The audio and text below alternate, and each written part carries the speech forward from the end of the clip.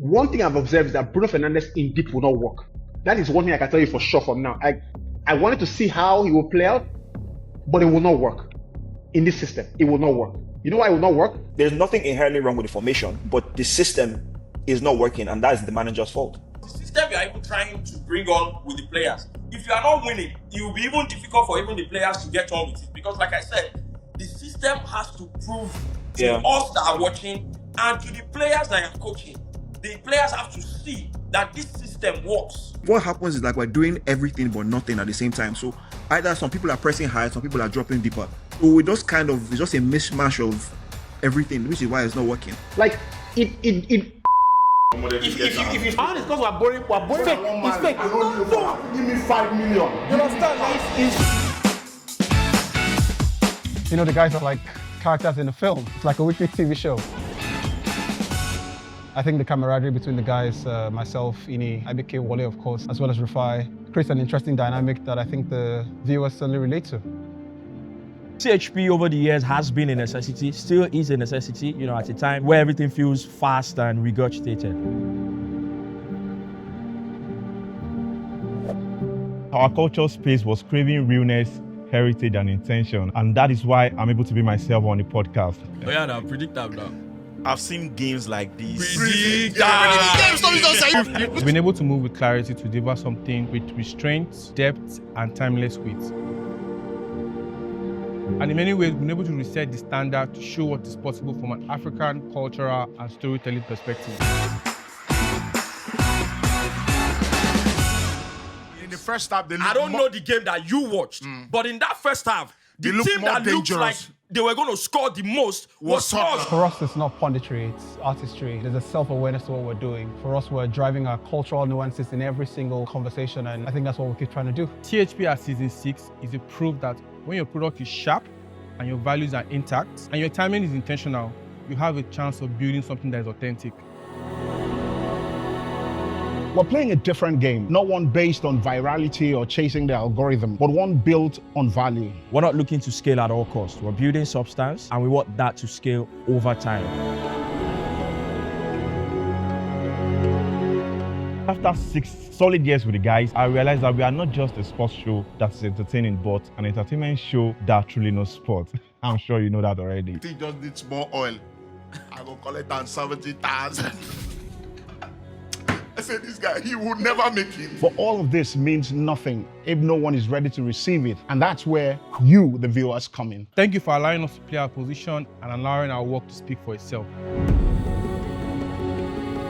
So every now and then I go somewhere to different places and someone recognizes you, and that totally humbles me because of the fantastic community we've been able to build. All of this is not enough without you guys. Thank you and welcome. Welcome to season 6.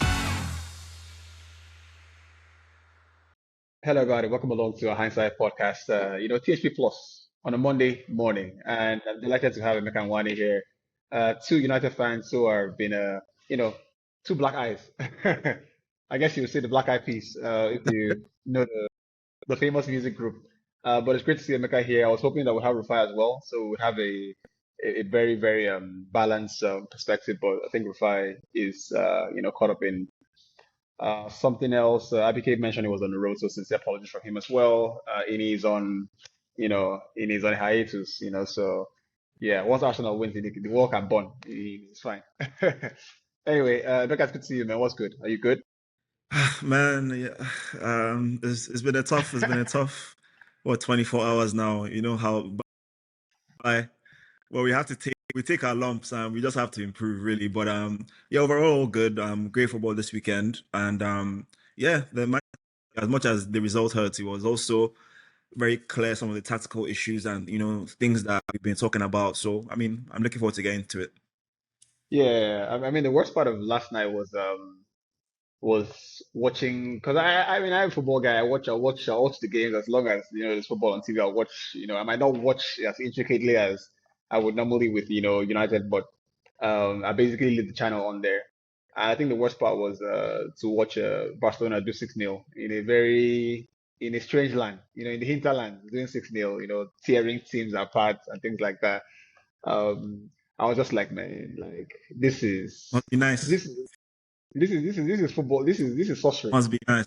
Yeah, I can't score a goal. You guys are scoring six, and things like that.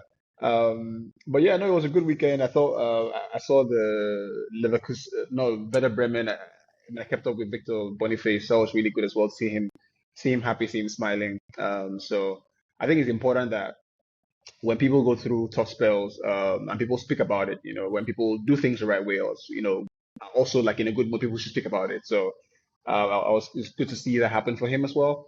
I kept an eye on everything. I touched base with I saw the Newcastle game. Baltimore scored a goal. I was like, just go, man. Come on, what's happening? You know. But let, let's get into it, right?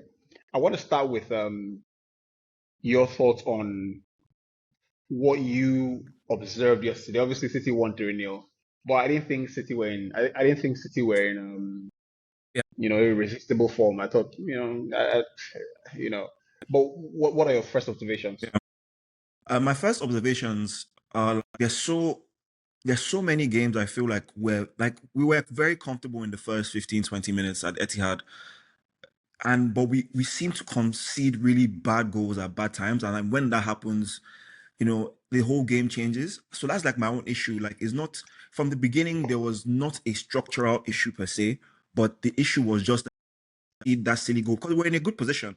When Doku did his move, went past with Shaw, we were well set. Our two midfielders were set. Our three at the back were set. Our wing backs were there, but then that individual brilliance, and then you concede that goal, and then the whole shape then seems to just completely deteriorate. So that for me is my main issue. Is a lot of these goals are still just like I don't know what it is. I don't know if it's a confidence thing. I don't know if it's a concentration thing. I don't know if it's a fear or whatever it is, but we just concede very, very silly goals and then everything changes. So that was my first takeaway.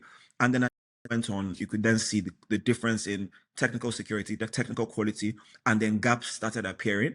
You can then see, even Bruno said at the end of the game, there was a lot of space wide because what City then did was then they put Bernardo and Foden, and then you have Rodri and you have Rangers, so they overloaded us in the midfield. And our defenders, as they're meant to do, the white center backs, they didn't jump. So Shaw and Euro, what we always talk about, like the whole point of it is that Shaw and Euro are meant to be confident enough and brave jump on Foden and Bernardo so that Bruno and Ugarte don't have to cover all that space laterally. So when those small things don't work, and then, when the whole thing gets chaotic, because we don't have that solid base, everything just, turns to crap. And like the final goal we conceded, that, the ball in behind is like, that's my issue. But overall, even in the second half, we started quite well, and then you concede a bad goal again. Like we actually tried to play on the front foot and things like that. So I'm really just torn on it. I'm obviously not happy. I'm obviously very, it's a very, very bad result. I still see some signs, but the issue is again, like if you can't keep clean sheets, you don't take your chances, you're always going to lose. And Amorim, no matter how much as a man we might like him, and we kind of see a bit what he's trying to do. Like the record speaks for itself. Like 8 wins in 31 games, 16 losses. It's really abysmal results, and like he just has to accept whatever happens really after this game or after the next stretch of games. Yeah, I like it. I like it. Very concise, very straight to the point. And shout outs to everyone who's in our THP community. Emeka is not going to be able to be responding to people there because I think Shubi made a comment and said 999 plus messages. Hell, I'm not reading that. But guys, thank you so much for that. I think we have 100 people there as well already. I think the plan is to get like, let's say get WhatsApp to say, what, you can't add people anymore and that. So don't keep the banter to yourself. Don't keep the community to yourself. Talk to other people who are like-minded, put them in the group and share the link with them. We appreciate that very much. If this is the first time joining us, we are, a very interesting show. Emeka is pretty much furniture in the house. Rufai is not here, of course. Abike and Ini are not here, but we're shooting on Thursday in the studio. But let's get back to it. I like the base you've built, and I want to, after a game, what I do is to step away from it, right? The emotions of the game, and gather my thoughts, away from, because again, one of the things you have to realize as an adult football fan is that emotions are a huge part of football, and that's why we love it. That's why it's the greatest sport in the world. And in the moment, you can, emotions are like a catalyst. They can overemphasize, they can de-emphasize as well, right? And for me, in that moment, I just felt, you know what, this cannot go on. You understand? But this morning, before I slept last night, this morning, I gathered my thoughts and I wanted to go back to the Louis Van Gaal situation, right? When we had Louis Van Gaal. United wanted a team that played on the front foot, right? For years we've said, you know what, we don't want defensive managers, we don't want this, we don't want that, we don't want Jose Mourinho is too defensive.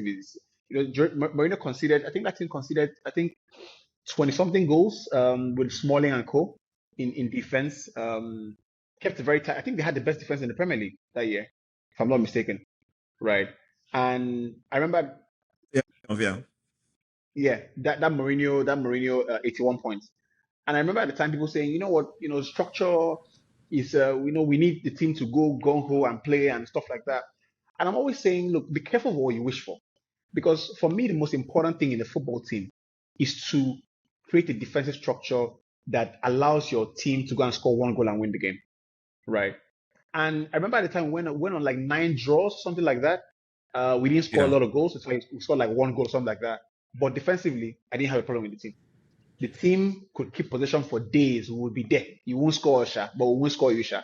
So you decide if you want to leave the game for us or you want to score your own goal. You get that was how Louis Van Gaal was. And I remember at the time we needed that. Yeah. United fans were like, you know what, we'd rather concede goals and go for it. So I want to bring it back down to this.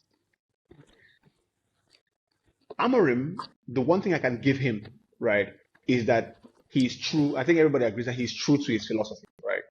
And even in the dire moments of the game, we were still creating chances, right? And if one went in, let's say if one goal went in at the 85th minute, we'll probably do 3-2. That's how the team plays.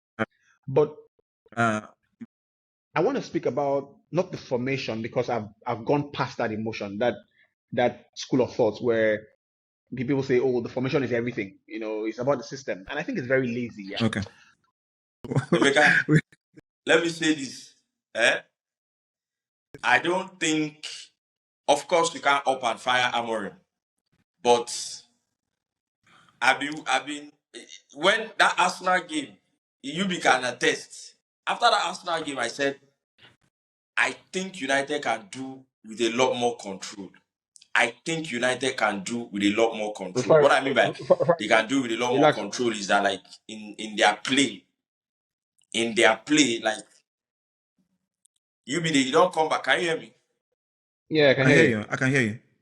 Yeah. So what I mean by in their play with a lot more control is that they need to be able to keep hold of the ball. And the reason why that is not, it feels like they can't do that now. If you notice, that's why I put on the platform yesterday that United players being tired 60-something, 70 minutes in the game, almost every game, is not a coincidence. It's not a mistake.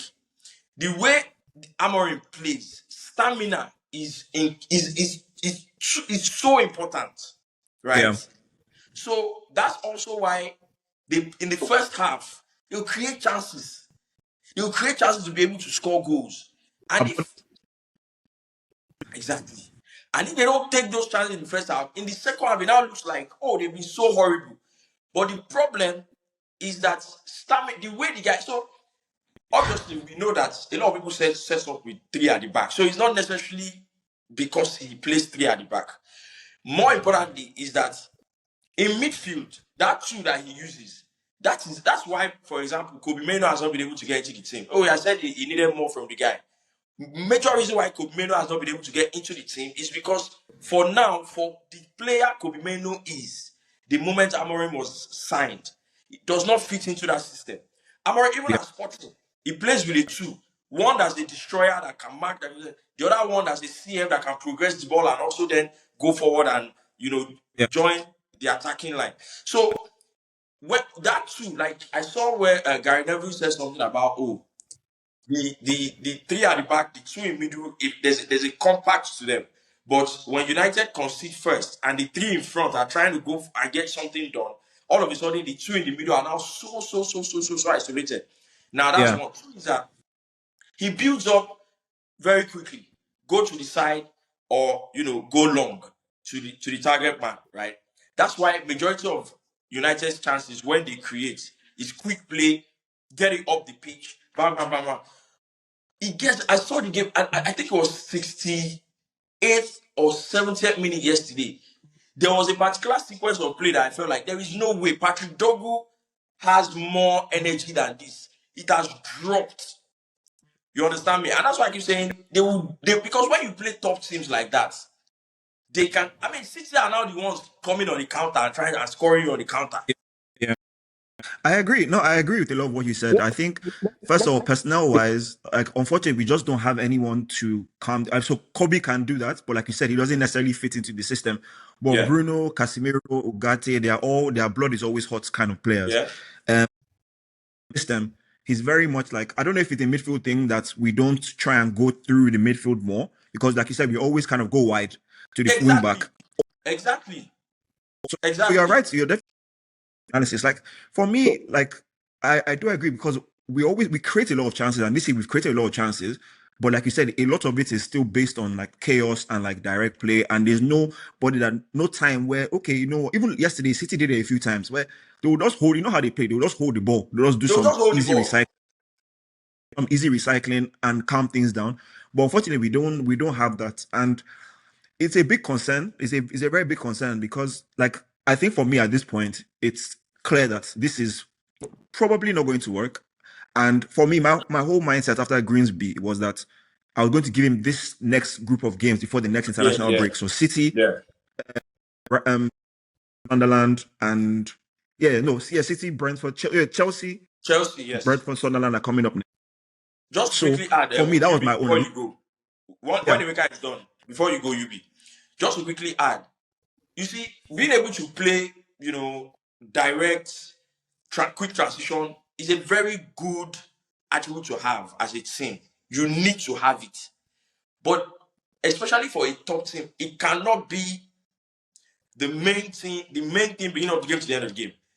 One of the major things United are suffering is that because it feels like that's the main thing, when the team now sets up in front of you and they decide that, we will just be here, it feels like the team is not built to create chances in small spaces.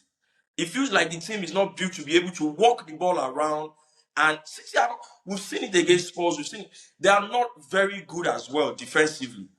So it feels like the team is not built to be able to create those chances even when the team is sitting back. United it feels like you don't have the attributes or the quality to peg a team back and then play them and pull them apart and get the chance to score. So that's what he's been trying to do. And to be fair to him, we've done it more this season. But the issue is, like I said, if you're going to play that way, then you also have to be defensively resolute. So where you can't be doing all at once and nothing's working. So you're trying to play high up, you're trying to play direct, you're trying to press, but like it's just you're doing everything and doing nothing at the same time. So if you want a team, then do that, but then a bit deeper.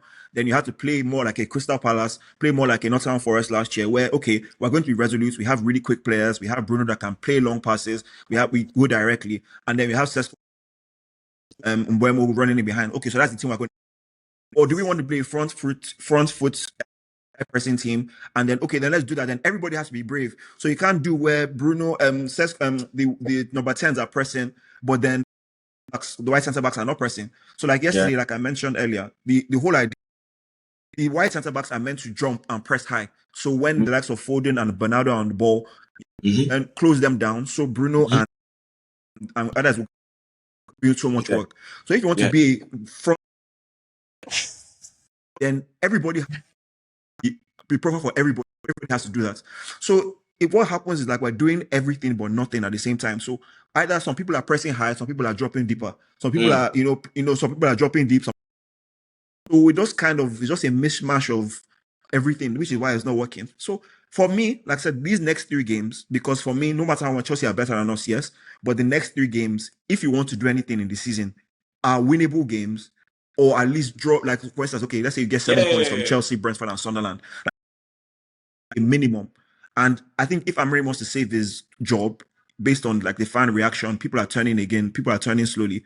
If you can beat Chelsea, and then again you get good results against Brentford, I think the season is back on track. But if he loses against Chelsea, then it's over. Like it's 100% over. Like is definitely going to be over. So I guess we'll see how it goes. But it's concerning. The record is concerning. It's very, very, very, very concerning. More than concerning. So that's an understatement. So I'll come in here. I guess we'll see how it goes. We'll see how it goes. Yeah.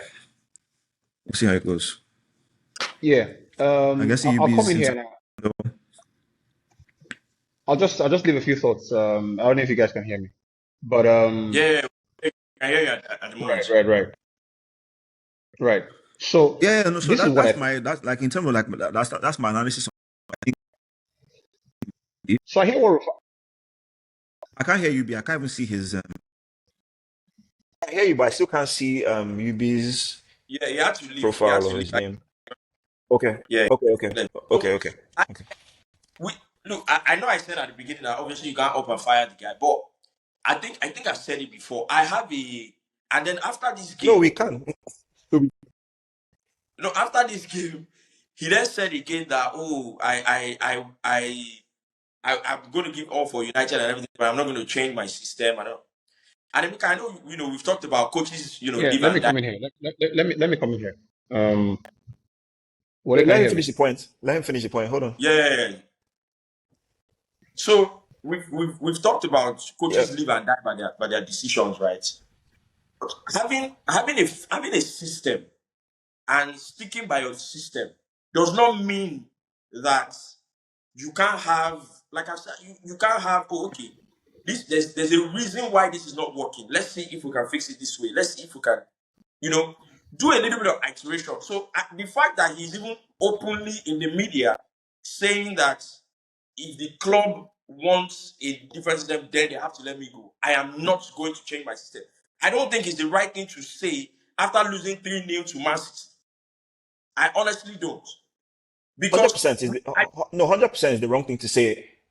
I think he's just being, at that point in time, he's just being stubborn and like, I don't know what the term, but like he's just trying to, like after the defeats, he's just being contrarian or whatever at that point. I think he's just wanting to show himself.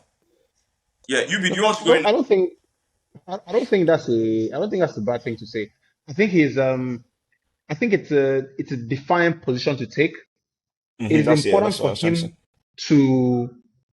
for him to show up like strong in those moments of pure weakness.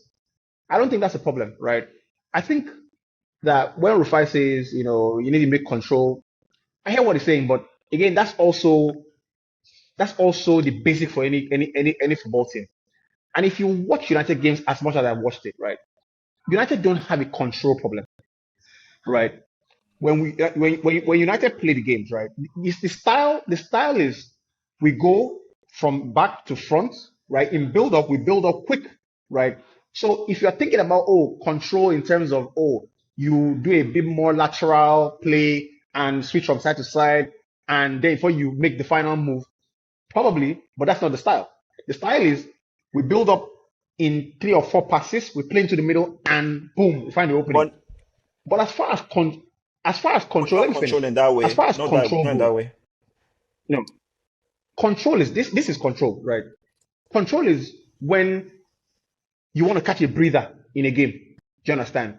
You just want to, you maybe have a bad period in the game and it's not clicking. Maybe your opponent has figured you out a little bit, or maybe they're on top of you in terms of momentum. You just recycle a little bit, right? That is a player quality issue, not a personnel, not a system thing. As you currently have United's team, right? If you have a player like Kobe Mainoo in the team, hold on a sec. Hold on. If you have a player like Kobe Mainoo in the team, right? Amorim mentioned that Mainoo doesn't play as a reference, right? All the teams that play with control have a reference, right? A sitting midfielder. Number one reference United have in the team as far as skill set goes is Casemiro. And Casemiro simply is not a guy to string passes together. All right. The next person is Ugarte, who should play as a reference. Ugarte is a destroyer, right? Runs, presses, and everything like that. He's not a reference. Now, the key word here is reference.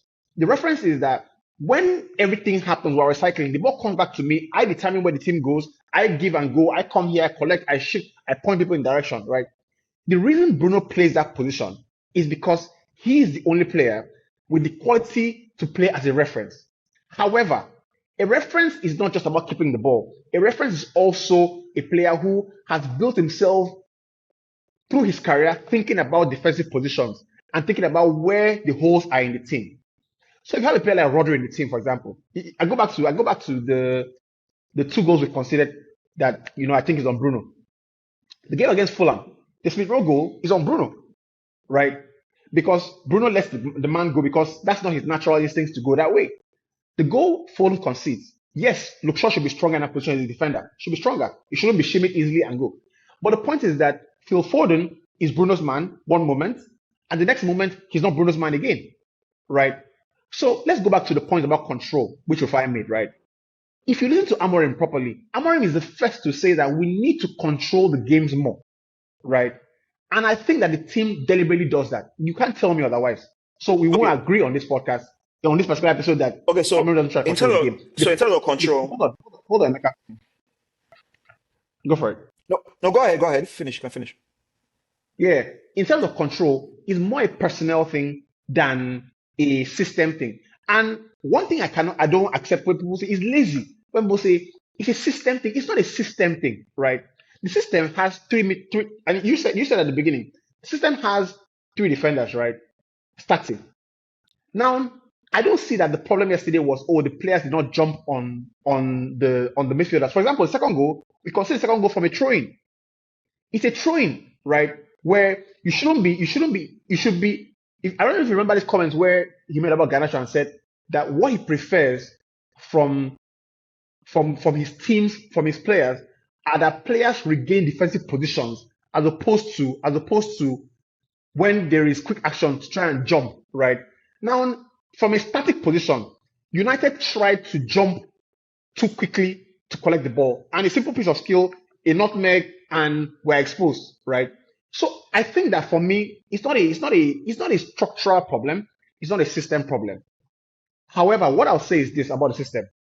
And I just, before you guys, rip it up. One thing I've observed is that Bruno Fernandes in deep will not work. That is one thing I can tell you for sure from now. I wanted to see how he will play out, but it will not work in this system. It will not work. You know why it will not work? Because Bruno is simply too good. 2 reasons, too good to be dropped from his natural position to deep, and he's not good enough to play that place and give you something. Bruno will leak a goal every game, and the analysis will point back to Bruno. So that's one thing will not work. 2, I tweeted this 3 months ago. When clinical parts of your play end up in Patrick Dorgu's hand, who is a 20-year-old still learning his game as a wingback, then that is a problem that you need to fix very quickly, right? Because you cannot expect a player who is a defender by trade, has a lot of potential to be a good wingback, to be the one to shoulder the last bit of play in your system. He's 20 years old, he cannot do it. He doesn't know how to do it. So you're asking what he cannot provide. Let's also not forget yesterday, United had a very bad game with Mbeumo. Mbeumo had a terrible game yesterday, right? Because what you want from your top players is decisiveness. I can count the amount of times. I don't. So can I go now? I don't agree with Mbeumo having a terrible. No, Mbeumo had a terrible game yesterday. Because what you want from players is, and I've said this for years, when the team builds the ball up to you, right, in an attacking position, you have one job in the team. That job is to execute, right?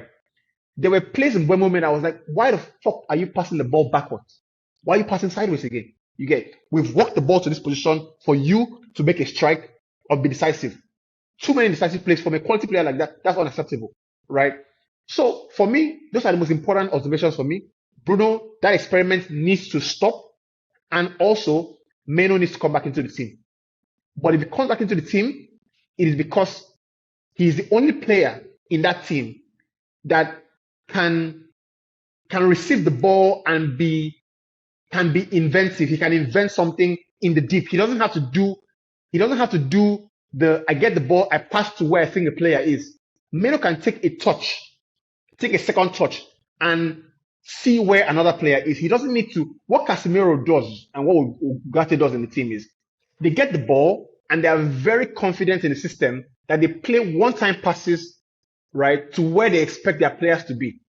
Now, in every top system, the system is only there to give you a guide. The top players execute the system to perfection. They're not slaves to the system, but they understand what the system wants, but are not slaves to the system. So, for example, if Meno holds the ball, Meno can say, you know what, I see that the system wants me to pass the ball vertically now, but I can take a touch and displace these two players here. Or I can take one touch, drop a shoulder, that kind of thing.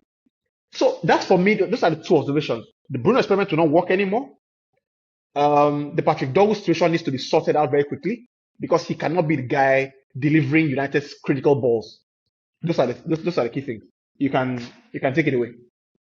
Okay, so a few things there. First of all, so when you say so you say system, like almost like it's not the manager's fault. So like we always say, formation and system are different. So there's nothing inherently wrong with the formation, but the system is not working, and that is the manager's fault.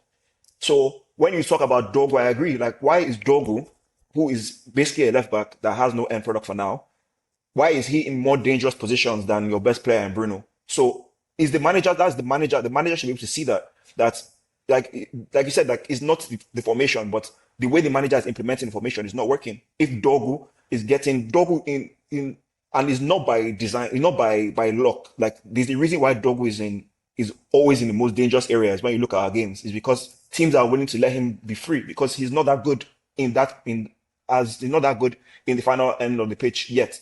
So if you have a formation where Dogu is in more dangerous areas than Bruno, already the formation is already going to fail. So I agree with that. So, but now the manager he's invested 150 million on number 10. So Bruno is obviously going to play deeper. And the fact that even without Cunha, Bruno still played deeper again yesterday shows that unfortunately he's not going anywhere else.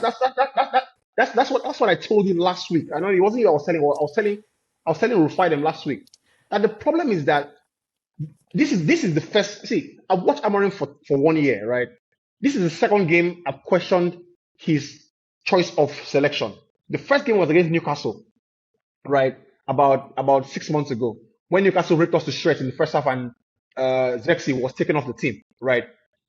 It is not possible with all the data analytics you have, right? The backroom staff, the information that we have, that you go into a game and play Christian Eriksen and Casemiro as your two midfielders against that midfield of Joelinton, Guimaraes, and Almiron. And That you is don't even need criminal. data for that. It is criminal. Like you don't need data to do that. You don't need data to do that. So that was the first time I questioned him, right? Yesterday was the second time.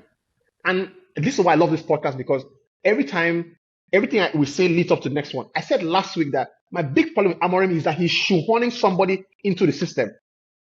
And one of those people are either Mason Mount or Bruno Fernandes, right? But I said it was Mason Mount because if you take Mason Mount out, then Bruno goes to his natural position and plays higher up because you're playing Cunha as a striker. Now, what I was waiting to see yesterday when the team selection came out was the problem has been solved for you. Mason Mount is injured.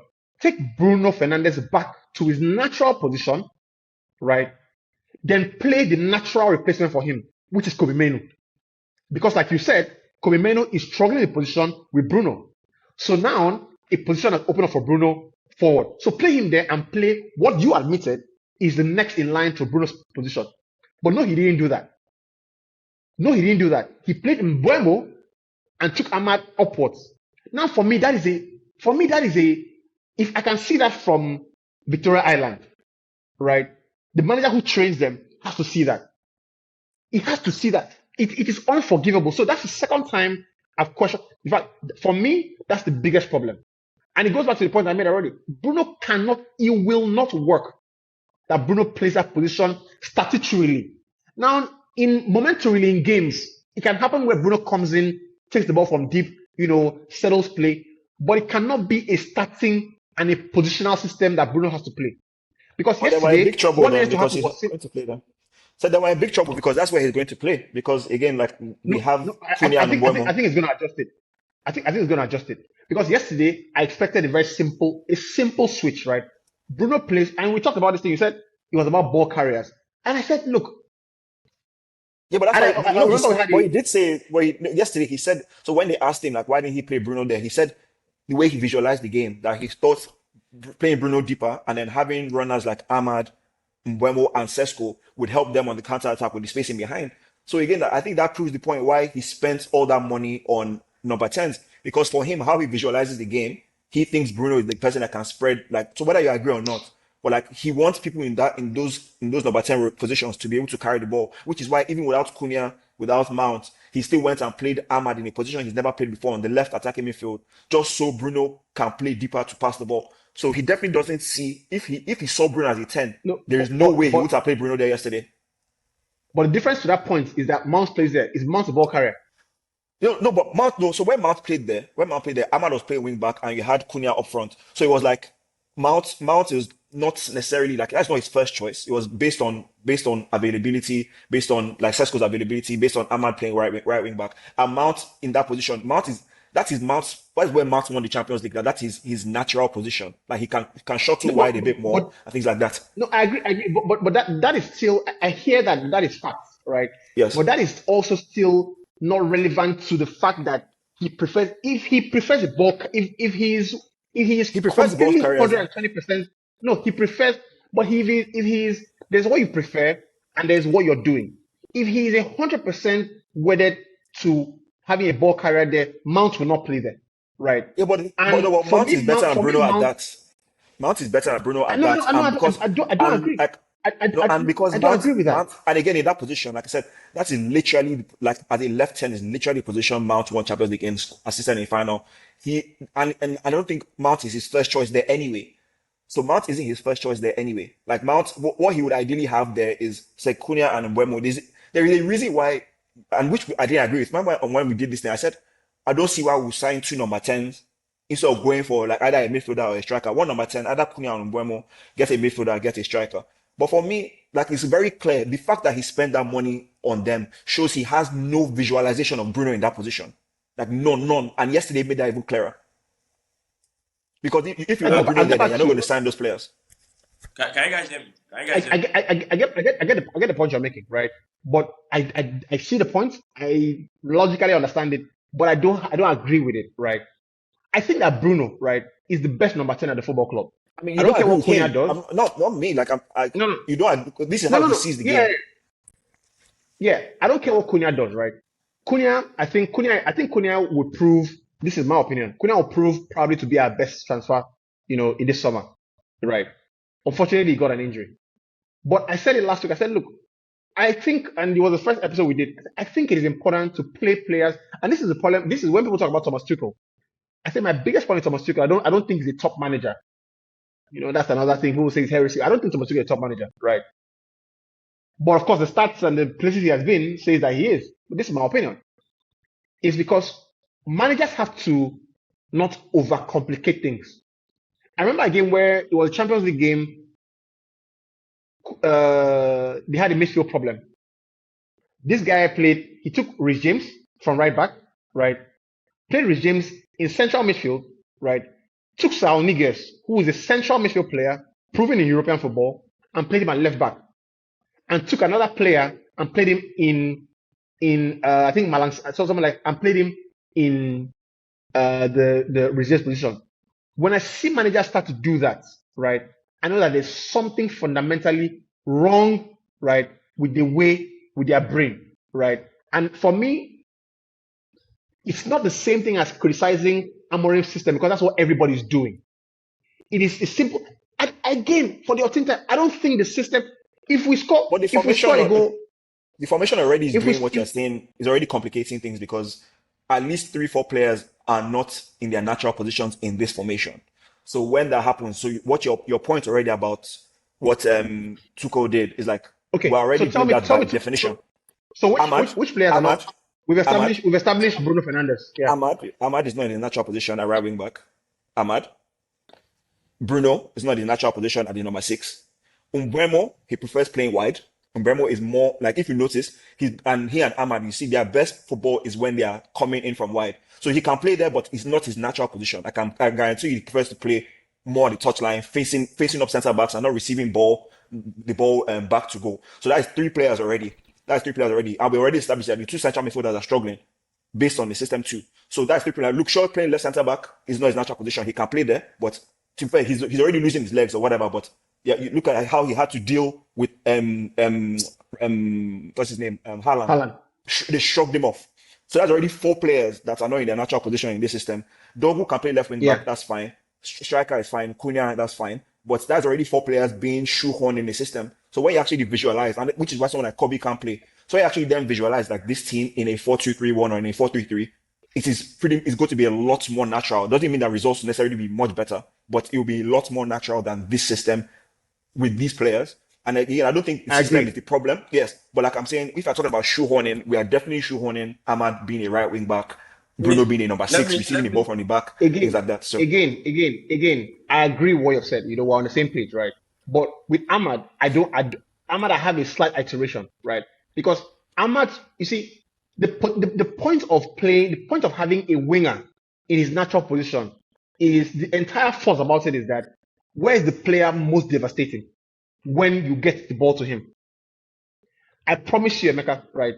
If you go back and watch the clip, every time Ahmad is receiving the ball, he's in the final third.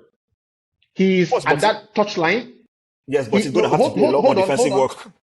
So I'm not saying he can't work, but I'm just saying it's not his natural position because he still has to do a lot more defending. And there are lots of times when like he works because he's getting the ball up, higher up, but there's still a fundamental difference between playing right wing back or like as a right winger in that system versus if Ahmad was your main guy in 4-2-3-1. I don't agree with that because the biggest problem is a fact, right? It's a fact. People like if you look at the natural, if you look at the average position, it is still no matter what you like. Yes, Ahmad can still be devastating there. I'm not saying, but it is not the most natural fit because it is not his natural position. Even though he receives the ball in good areas at times, he still has to do a lot more defending. One, he still has to receive. He doesn't always get the ball, and he's not as involved because sometimes he doesn't even get the chance to get the ball because maybe either he gets to Mbeumo or whatever it is. So again, I'm not saying it can't work because he's a smart player. He should be able to do that job. But if you're talking about shoehorning players, Ahmad is not a right wing back, and it's just like he's never going to get you. No, but the point is, you listen to Arsenal fans. Arsenal fans speak about Saka doing too much defensive work, right? Yeah. And I want to ask a question: Is there a system where the right winger in a 4-2-3-1 or a 4-3-3 will not do the defensive work? Defensive work and defensive position are very different things. So when we're on the defensive, if Ahmad is your right back in a 5, it's very different to Saka pressing high and Saka tracking back. They are two very, very different things. If you check look at the average position, it's very easy to do that. If you go to if you check average positions of players, like you can see Ahmad is very different because Ahmad at a right wing back, you're not an afterthought. You're like the person that's meant to exploit a space. So, like I said, when the left back is, with Mbeumo, then Ahmad is the spare man on that side, especially if you are dominating a game. So that's something very different to being like for instance, Saka gets the ball there. Saka is like, he's the guy they're meant to create. He's the guy that has that responsibility. So Ahmad can definitely exploit that. And again, I'm not the one that said like, oh, I believe that system can work, the formation can work. I have no issue with it. But if you're talking about shoehorning, like I can guarantee you that if Ahmad had a choice, he would rather play as a natural right winger than as a right wing back. I think that's just a fact. We would have to agree to disagree. You understand? Because I still think that yesterday's game was very, very, and it's probably exhausting our analysis on United because I made the same case. United are not getting rewarded, in games. If you compress the total time, City had a better time than United yesterday. If you compress total time, 25 minutes of the second half, of the first half, after they scored their goal, they were in ascendancy. 25 minutes of that, and 15 minutes or 20 minutes of the second half. So that's 45 minutes, right? That's 45 minutes of crucial periods where in that 45 minutes, United give them 2 goals in those periods. So let's say for me, that's a balanced 45 minutes, 45 minutes. My big problem with United, and I don't know why it's reoccurring. I would love to have a fly on the wall at Carrington to see what the players do in finishing. Like, I don't understand why Mbeumo crosses the ball for Cameroon so excellently. Mbeumo did not make one cross yesterday. One cross. You have a 6'5" center half, central, striker on the pitch, and you didn't cross the ball one fucking time. Like I was watching and I was like, okay, cool. Let me see if Bruno crossed the ball. Right. The only person that crossed the ball yesterday was Dogu. Right. Dogu's the only guy. There was not one cross on the right wing yesterday. Not one. Not from Mazarawi, not from Buemo, not from Ahmad. And I'm thinking, what the hell is going on here? And again, I said it when they signed Shesko that I don't think that Højlund is the problem of the team. And everybody, this is why I don't do bandwagon analysis. Because everybody jumps on the there's a flow of thoughts, and of course you don't do that as well. But I said Højlund was not the problem, and I also said that Højlund and Shesko are too similar in terms of profile, right? Shesko had a good game yesterday for my standards. As a focal point, he was there, went in for battles, won the ball back. He's obviously physically more dominant than Højlund, so he showed that, he brought that to the play. But the service, tell me one time. There were only 2 times I remember where Shesko, they made a pass to him. You remember the pass that was played to him? I think it was Bruno that played the pass, and Donnarumma made the save, which VAR, they were silly because he was onside for that particular one. But those were only 2 times in 90 minutes that he got proper service in the game. That is criminal for me. It is criminal.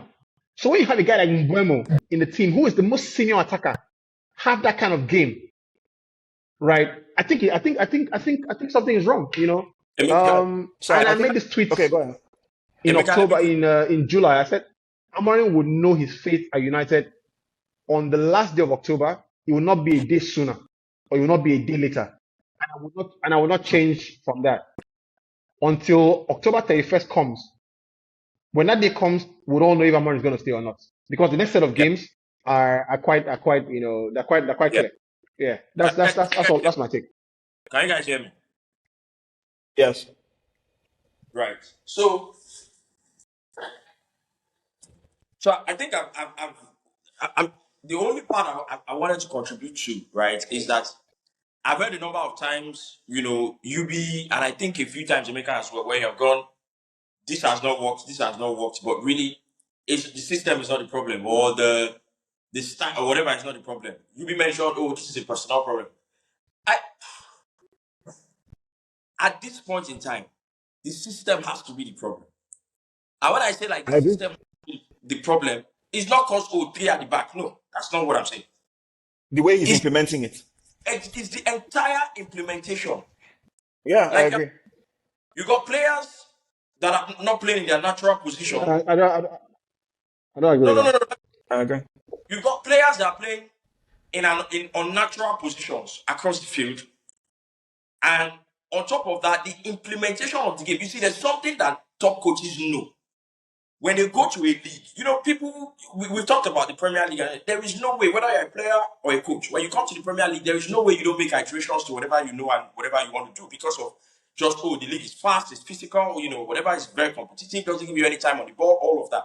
And I'll make some examples. The most successful, at least in recent times, the most successful 3-4-3, 3-5-2 system in the Premier League was Antonio Conte, Chelsea, 2017. And I told you before, that's not the same. It's not the same 3-4-3 that Amorim plays. It's not the same. It is not the same. That's why this one is failing. It's not the same. So if you agree it's not the same, you cannot use it.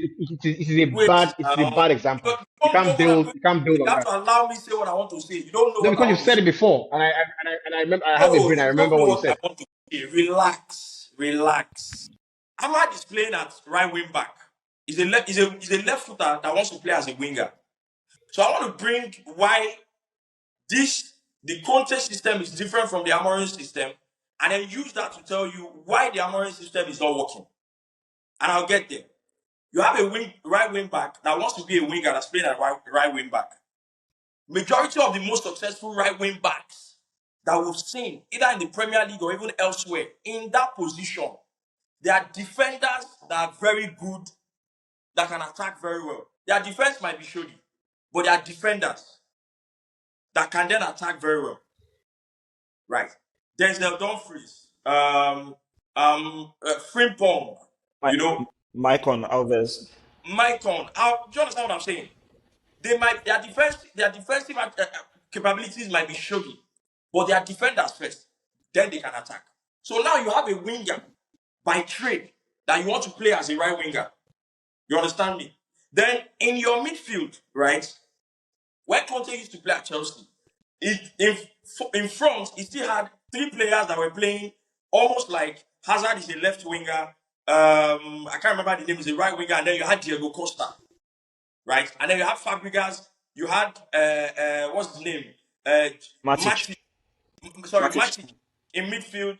Then you had the right wing backs and the left wing backs still coming and making the midfield be like a 4. You understand what I'm saying? In Amorim's situation, and again, another key factor was that majority of the time, Conte is not trying to build up, especially against top teams. He sits back, he uses Hazard, Willian, and Diego Costa and Fabregas' range of passing to hit you on the counter attack.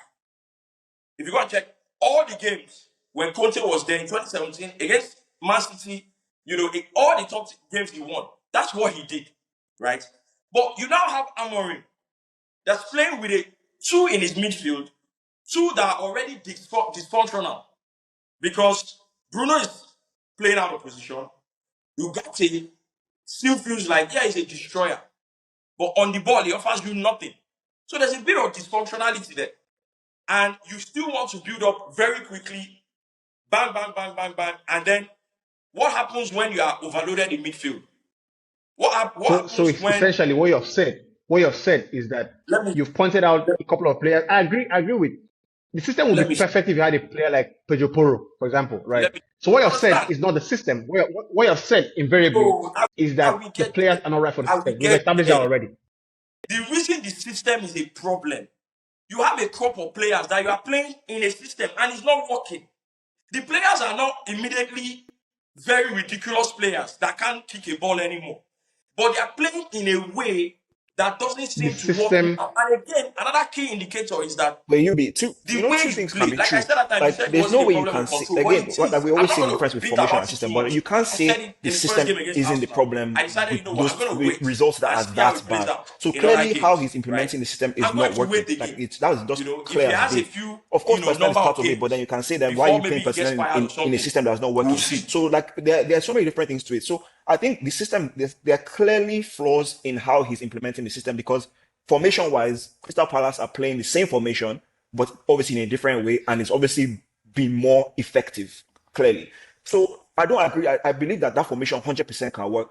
But for whatever reason, like I said, the way Amorim is implementing it so far, and with the players that we have, it is not working. Like I don't see how you can deny that, especially when you say, Bruno is not meant to be there. The system is clearly not working. I think I have to rearrange what I'm saying here, right? Right. Amorim at United is not working so far. It's not working. That is anybody can see that, right? No, but what he's doing, like how he's setting up the team is not working. Like his system overall is not working. You can see glimpses because the formation in itself is not a problem, which is why, like both of us, so the whole idea that 3 at the back, this and that, it can work. It 100% can work, but the way he's implementing it, like you said, player selections, player positioning, like it is clearly not working. It's clearly not working because if you're midfield 2 in a system like that exposes that midfield 2, with like if you have Bruno and Casemiro as your 2, it can work. But there's a reason why we're not getting results because it is not a natural fit. I agree. No. So that's kind of what I'm saying. Like I feel like it can work. And before I like our conversations because it's very I understand what you're saying, but again, then for me, if that's the case, they need to fire him tomorrow. You get? Yes, I agree. That's not my preference, but I'm saying, but it has to be one or the other. If that's the case, if that's where if that is the summation of, and he will not change it, they have to fire him tomorrow. Do you understand? You have to fire him tomorrow because it's clear he will not iterate it. You know. But for me, I would say that I see the improvements in the team. I see what the team is trying to do. It's not working, right? I But agree. I still always put it back. I always put it back down to. I put it back down to the moments in United's games changes United's games, and I don't expect anybody else to see this. If I'm comfortable being alone on this side of the bridge. Do you understand? I agree with you. But I want United. I'm actually happy for the experiment to happen where United fire Amorim now, right? And bring another guy, right? I'm not one of those fans that wants something to happen to my club so that I can prove a point. That's why I'm not saying, oh, you know what? That's why because I know I can feel it in my bones, right? If you bring in another manager right now, right, and he has a wobbly 3 months, it will swallow him again. Everything we're talking about now, we'll be talking about it again. So in response to that, so I agree. Like if they feel that this is not the right fit, there is no point delaying it, to be honest. But I also, like you, have seen those positive things. But I'm very conflicted because like it's so many games now, right? And I always have that feeling like just that goal we conceded, like changed everything. It's like it's there is a reason why we are always in this position under him so far. Because so I think as like we're looking at it, yes, I agree. Like those goals change the games, but like for you to have won 8 in 31, like every game you come out feeling like, oh, we were just there. It's like, no, there's something clearly not working. And two, if we do get a new manager, I can guarantee you that a new manager playing a 4-2-3-1, a 4-3-3, we will get better results. Like we'll beat some good teams, some bad teams, we'll win maybe 2 or 3 games in a row. But I guess the benefit, the point of Amorim is like everyone's like, oh, just play to the player's strengths. Like we've done that. Like we've done that. So the whole idea is that with Amorim is that we want to have a complete change in how we play, in terms of how we set up our team, things like that. So the risk and reward is very high. Like I think with Amorim, if he does get it right, but again, I can't blame anyone that can't see it because it's been abysmal. No. Right? But the idea with him is that we can have a complete transformation with him and start playing a new way, new system that takes us forward. But if we get let's say we get an Iraola and Eddie Howe, I can guarantee you we'll win a lot more games that we have won like right now. But the question then is like, can we hit the levels that we know Amorim is trying to get, where we can just completely dominate and take over games, and this system works flawlessly and automatically? So that is kind of what the hope is. But anybody, like, he can have no complaints if this morning he's sacked, because it has been abysmal. And before no, for sure.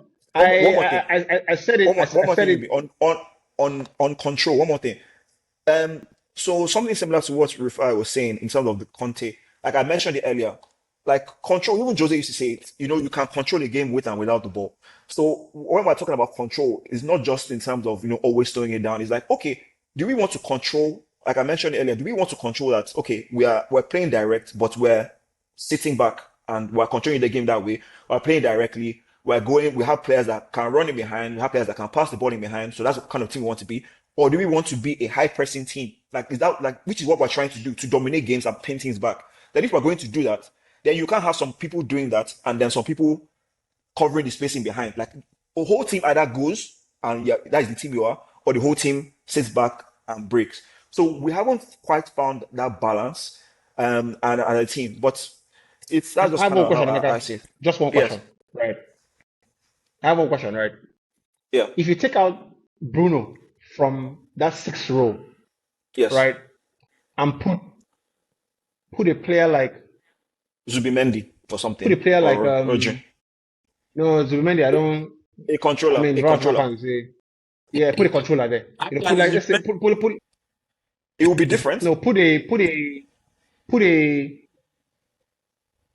Tony Cruz or put a Rodri in that position. My brother, right? Mendy, forget Tony Cruz. So you take out Gravenberg. Fuck Gravenberg. Don't bring that nonsense here. As will be Mendy, what nonsense? Get the house. What's that? Don't bring that nonsense here. I'm talking about serious things. If they give you Zubimendi, so let's say you take out. I don't want. Right. So let's say you take out Bruno from that place, replacing with a Rodri, right? Or replacing with a Toni Kroos type profile, right?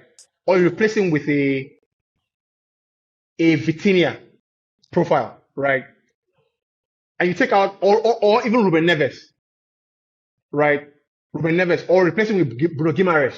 There's an easy answer to this point already, Yubi. Because I know No, what no, you're trying no, to no, say. no. I know what you're trying to say.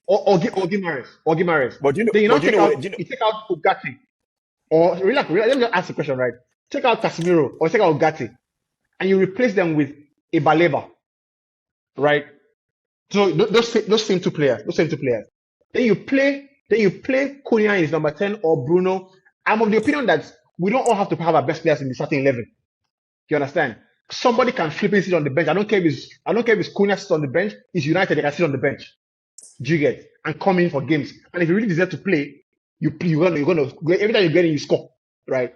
And you now play Cunha and your Mbemo, whoever it is, or Bruno and Cunha, and you play your Sheshko, and you take out Dogu, for example, and put a guy like Marco Alonso in that place. Do we have the same conversation we're having now okay, so about so the system? two things. Yes. If you are saying that, okay, first of all, the midfield, your man again, we spent 220 something million. We did not spend a dime on midfield. So clearly that shows to me that this idea of, like, you talk about control on the ball. If that control on the ball was so important to him, he would have prioritized that.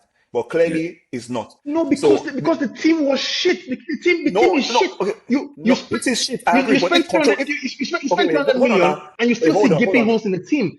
Hold Back on, to hold what on, the hold on. great Ralph Ragnick said, No, right? hold on. The It depends team on the needs open manager. heart surgery. Hold on. It depends on the manager. Do you think if a manager that prioritized control, if Pep came Yes. to United, You do would you have think Pep addressed. would not have prioritized control? You Yes. prioritize, if you prioritize what is the most important to you. He Yes. did not prioritize that because, of course, it is important. You can't do everything at once, but he prioritized what is most important to Because him. he thought because as No, smart as he is, he thought that is that what he Bruno prioritized. would That's be able to. yeah. So that's what he prioritized because everybody can know that Bruno, of course, is a good footballer, but that is not his strength. So again, if Pep went to Man United now or Luis Enrique, but that's why he bought Vitinha, he bought Jean Neves, he bought all these guys. That's the manager that's prioritizing something. And again, surprise, surprise, the midfielder we prioritized was Baleba, someone that can run and has stamina and can work hard, and of course he's decent on the ball. But that is who he is. He has never had a controller. Amorim has never had a controller. All these human Ugates, all these guys, he never has a controller there because that's not what he's looking for. This That's is why what. someone like That's Kobe, who has the very potential to be important. that, is being sidelined.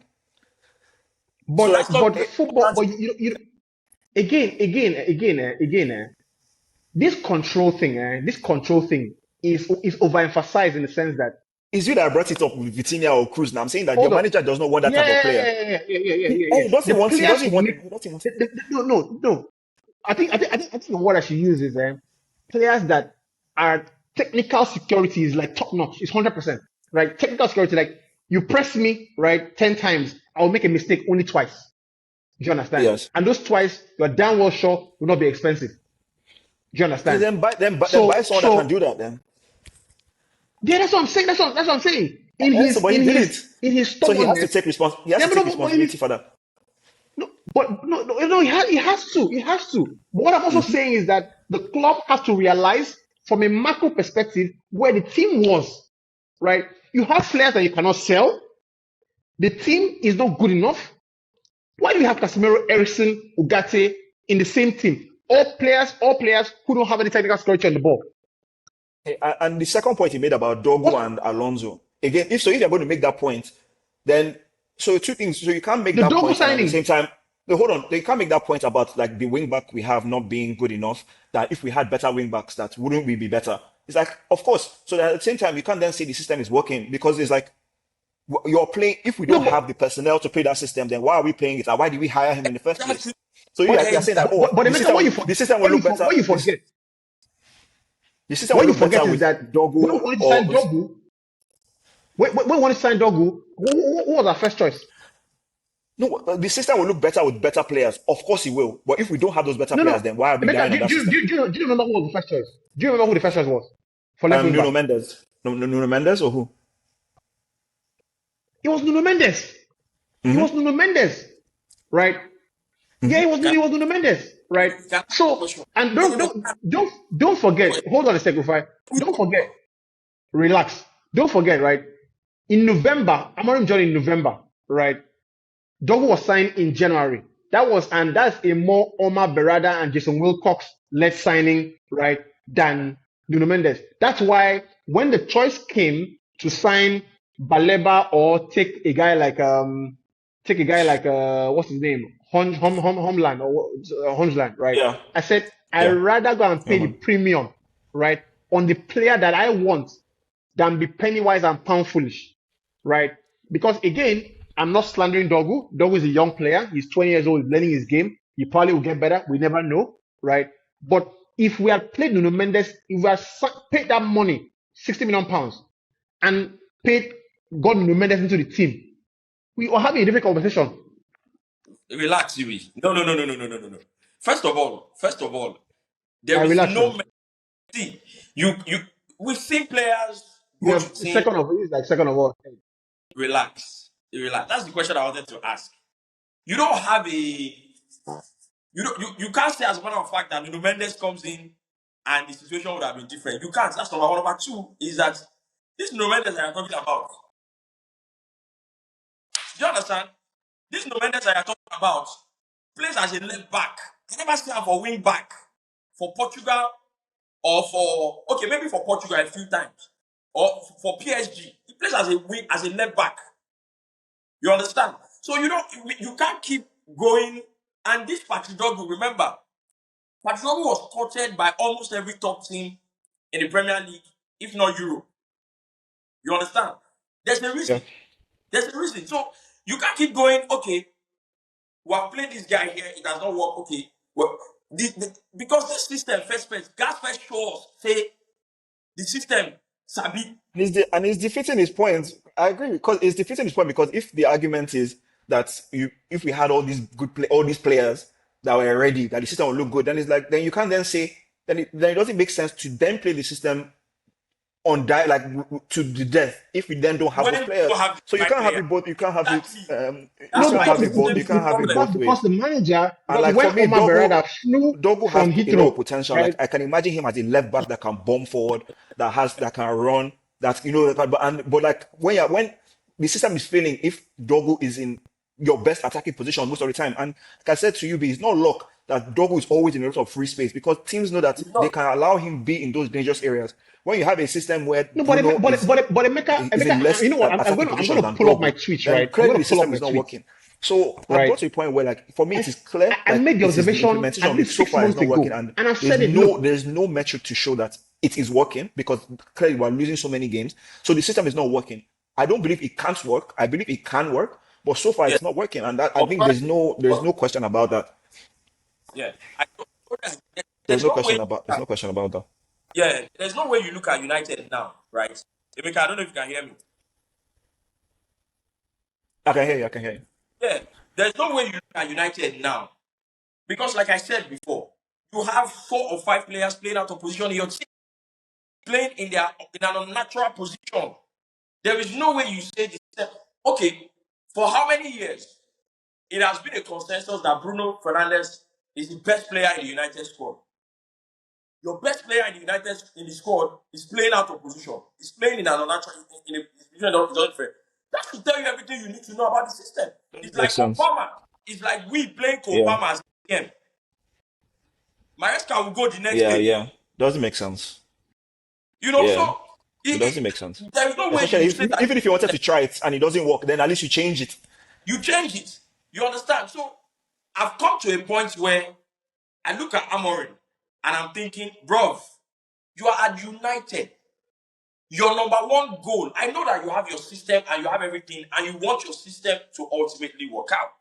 But your number one goal is to win. It might take you a while to win. You might win very quickly, whatever. But if it starts going this bad very early, you have to shift focus and say, look, if I don't have a job, I don't have a system to even play on this. We have to shift focus and say, look, what can we do to play everybody? Let's get results. Let's get the players going because the system we are even trying to bring on with the players if you are not winning, it will be even difficult for even the players to get on with it. Because, like I said, the system has to prove to Yeah. us that are watching and to the players that are coaching. The players have to see that this system works.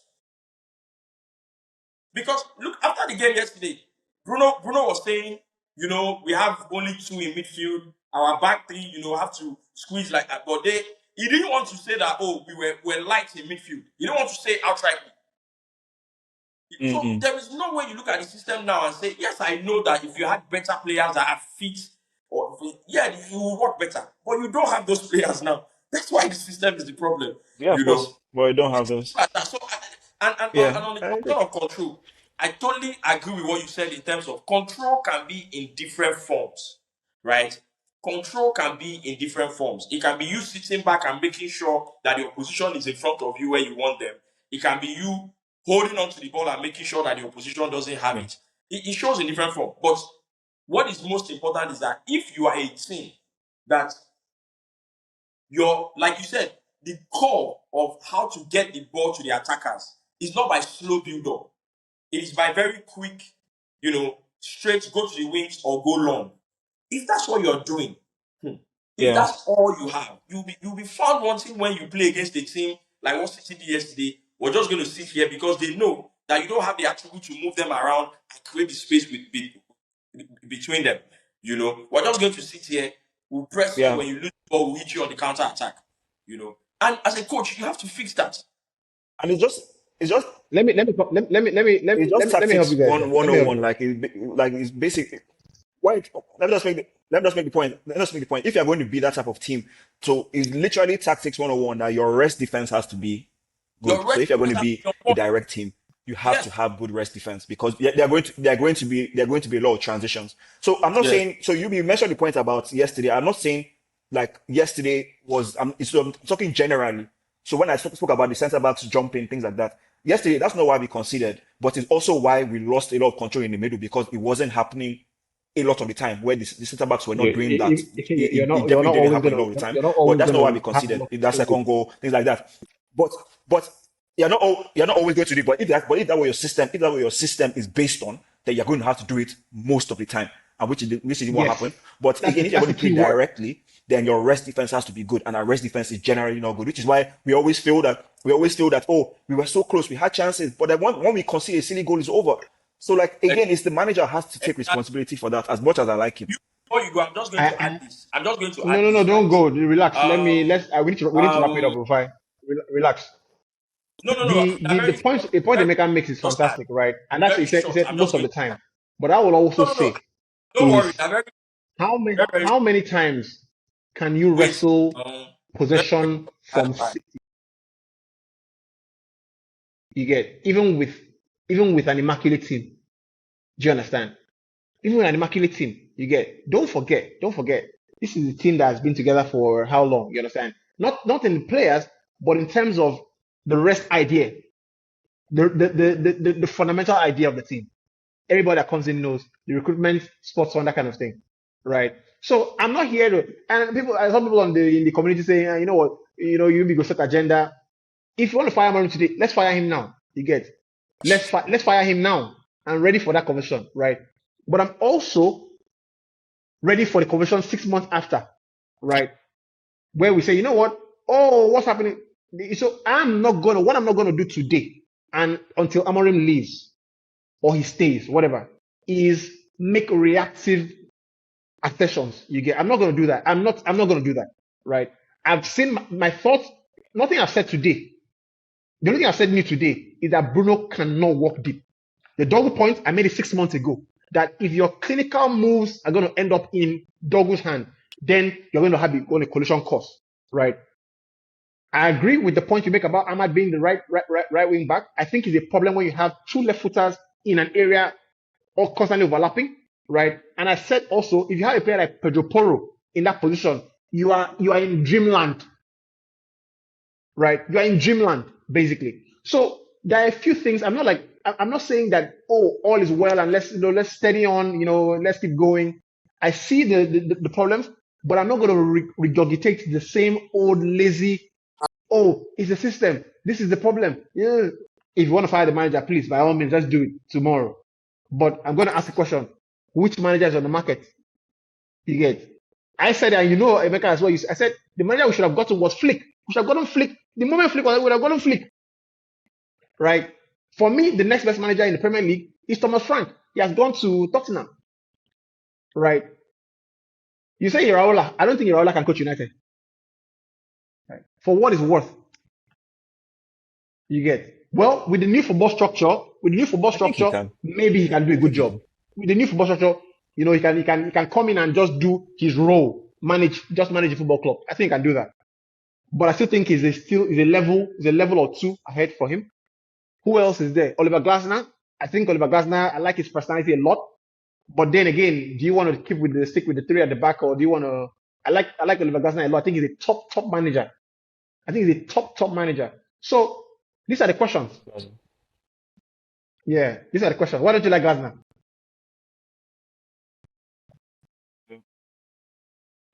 I just don't want another three at the back, really. And also, like the way he plays at Palace is, I wouldn't want to see that at United, really. So I think for he me, was playing at Palace. I agree It's with down to you. the tools he has. I'm ultimately in the same camp as you, although yeah, but like I guess so. But like yeah, I just don't want to see three at the back again. But like for me, like I'm still on the same boat as you, but like I'm willing to give for me my own judgment. Like I said before the break, although yesterday was hard, nothing changes for me. I'm still with him. But for me, is these next three games, like we need at least 7 points from next nine. Like I'm not taking anything less. Like if we're losing to Chelsea at home, I'm not accepting that. I don't care that they're better than us. This is a massive game at Old Trafford. Like, if we can't at least get a point against Chelsea at home, then I think for me the project is finished. Yeah. So I'm giving him to the next international break, and then I'll see then I'll reevaluate again. I've already seen a lot of positives this year. So I got a call. I've already seen a lot of positives this year. So I'm winning. I believe in the next three games. I believe we can actually like go on a run and so forth. That's why I really do believe Chelsea at home, Brentford away, Sunderland at home. I really believe that we can get something from that. So I agree with you, let's see. Emeka. Let's see how it goes. I agree with you, Emeka. You know, totally agree. I gave him till October 31st. I think from there it will be clear. You won't need someone said if it's raining, right, you go outside, you feel that it's raining. Like, and the person was saying the point about the economy, for example. The economy is working great, right? You don't need to explain to anybody. You just feel it. You feel it in transactions, you feel it in business, you feel it in stuff like that. By October 31st, you would feel there's some things like when he came in, you feel it. I won't have to have a 30 minutes or 1 hour, you know, brain thrust to figure it out. This brain thrust we're doing is an evidence that we're confused, like, you know, that kind of thing. When it's going the right direction, you will just see everybody moving, you know, you will just know. So I like it a lot. Rebecca, thanks, man. I know it's a Monday. Let's get you back working on the 12 o'clock. We have to leave it at the top of the hour. Appreciate it. What are all these trophies I see in the background? Is that a personal collection? No, so this is So it's my so these are books. No. My mom Yeah. she has some awards and stuff like that. So Awesome. that's Awesome. my mother's, yeah. So I got mine on the other Yeah. side. Fantastic. I was just going to say if you were not comfortable to, you know, disclose, don't hear where you go. Mega, thanks very much. Let's say you get back to it. I want to thank Rufai very much indeed. I know No worries. I removed, you know, a lot of his thoughts, but yeah, I like it all the same. Thanks guys for watching. We appreciate it. We'll catch you guys. I think we'll do Emeka will probably not be available for that, but I think myself, Ini, IBK would do another review that is not United. You know, Chelsea did a great performance. Liverpool as well. We didn't see Isak. Lots of talks about Florian Wirtz. We'll talk about that. I promise you guys. But yeah, thank you very much for that, and please share the episode, and we'll see you very soon. Yeah, bye bye.